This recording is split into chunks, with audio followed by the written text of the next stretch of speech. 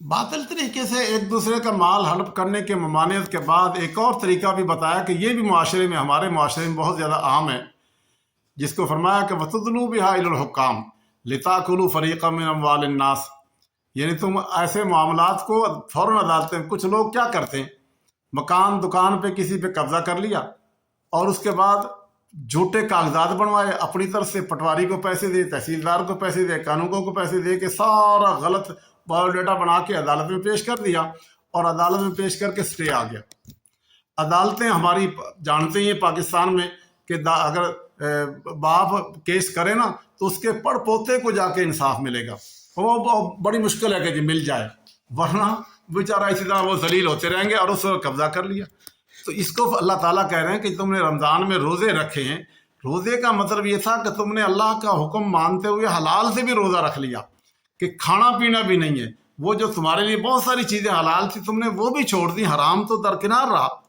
تو جو آدمی حلال کو چھوڑ رہا ہے وہ حرام کیسے کھا لے گا؟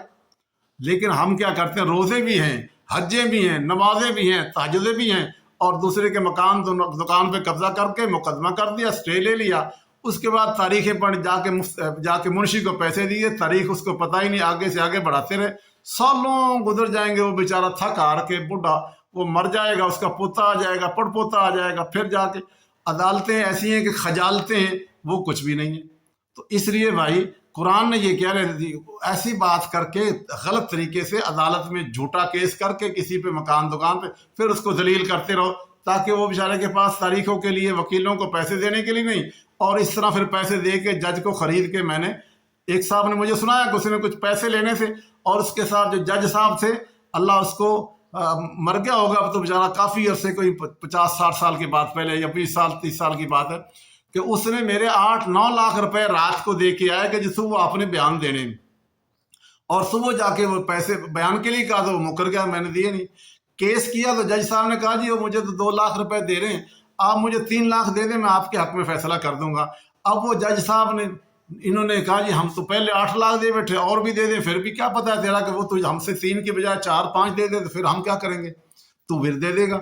تو ہم تو رہ گئے۔ اس لیے وہ بیچارہ اسی طرح چھوڑ دیا، اور اس نے جج صاحب نے پیسے لے کے اس کے حق میں فیصلہ کر دیا، یہ بیچارے محروم رہ گئے۔ اب وہ حج صاحب حج بھی کر لے، حج بھی کراوے، ساری عمر مر گیا، مرنے کے بعد اس کو قبر میں کیا ملے گا؟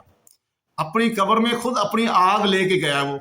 اسی طرح ہر وہ بندہ جو دوسرے کا حق مار کے جاتا ہے نا، حقوق العباد کا معاملہ بہت زیادہ سخت ہے،